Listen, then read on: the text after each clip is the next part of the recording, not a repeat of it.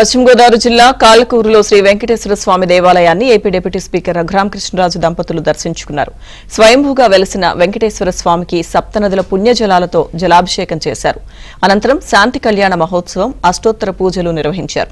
స్వామివారి దర్శనం కోసం వివిధ ప్రాంతాల నుంచి పెద్ద సంఖ్యలో భక్తులు తరలివచ్చారు. ఆలయమంతా గోవిందనామస్మరణతో మార్మోగింది.